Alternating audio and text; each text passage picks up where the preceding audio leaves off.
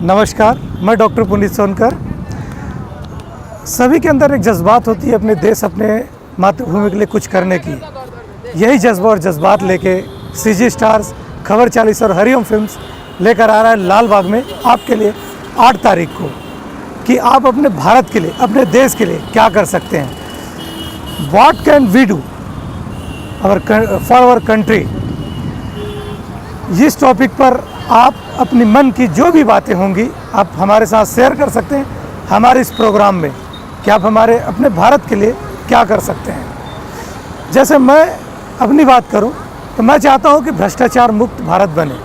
उसके लिए हम अपनी छोटी सी छोटी ज़रूरत के लिए जो लेन देन करते हैं उसको अगर हम इग्नोर कर दें, वो पर्पस को ना करें, और हम अपने वर्क को, अपने काम को रूटीन पर लेने लगें, कि जैसे किसी कार्यक्रम का निर्धारण अगर 10 दिन 15 दिन का है तो हमें 15 दिन इंतज़ार करने चाहिए। और ये पेशेंस अगर हम अपने आप में ले आएंगे तो हम भ्रष्टाचार मुक्त भारत की कल्पना और उसको साकार कर सकते हैं। तो इस तरीके से आपके अंदर भी कोई भी बात होगी कि हम भारत के लिए क्या कर सकते हैं, हम अपने देश के लिए क्या कर सकते हैं, तो बिल्कुल इस कार्यक्रम में आप शरीक होइए।